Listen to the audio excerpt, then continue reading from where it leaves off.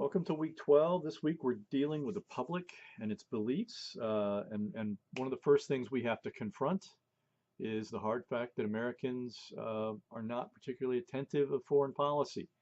We're not particularly attentive of what happens outside of our borders for a variety of reasons. We tend to be more attentive in times of war. But even then, what you typically find is that there are really low levels of kind of factual foundational understandings of issues, as you proceed from, the elites to the attentive public to the mass public to the dedicated know-nothings. And there are a number of reasons for that. We've often, wondered as political scientists, why it is that Americans tend not to be very knowledgeable about foreign affairs. I think a big part of it has to do with economics.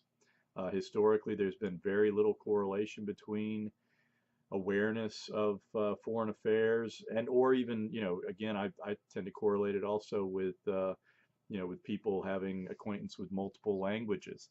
In the United States, that's typically not been a requirement. It's not been a job requirement. In contrast that with Europe or Asia or even Africa, it's not at all uncommon for many people in Africa to be conversant in at least 5 and sometimes 6 languages and dialects. And similarly in Europe, there are certain parts of Southern Europe where if you don't know, French and Spanish and Italian, it's an actual detriment to you, economically speaking. And so that's, I think, a big part of it. Another part of it, I think, is just American culture. We tend to be a fairly inward-looking people. We tend to think that we don't need to pay that much attention to the rest of the world. I'd like to think that that's changing. And one of the things that's really important as you get to the latter part of this chapter is sort of the evolution of different kind of drifts of belief patterns as it relates to foreign affairs. Of course, this is an isolationist country, or at least a kind of a pseudo-isolationist country, as we learned in one of the earlier chapters. There are still people out there that kind of think in those kind of terms.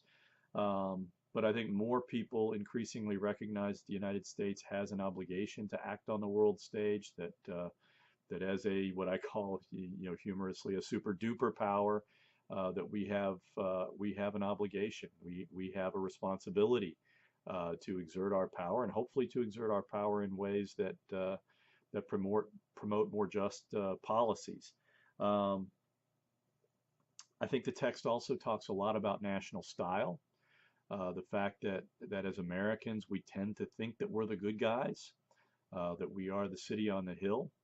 I think we have a tendency to think that we are exceptional, that we are innocent of many of the other sins that beset other countries, and that has a significant impact on how we perceive foreign policy, and that's something that we have to confront as we study America's role in the world, especially in this current age when we have a president that in many ways has a very idiosyncratic approach to the formulation and conduct of foreign policy.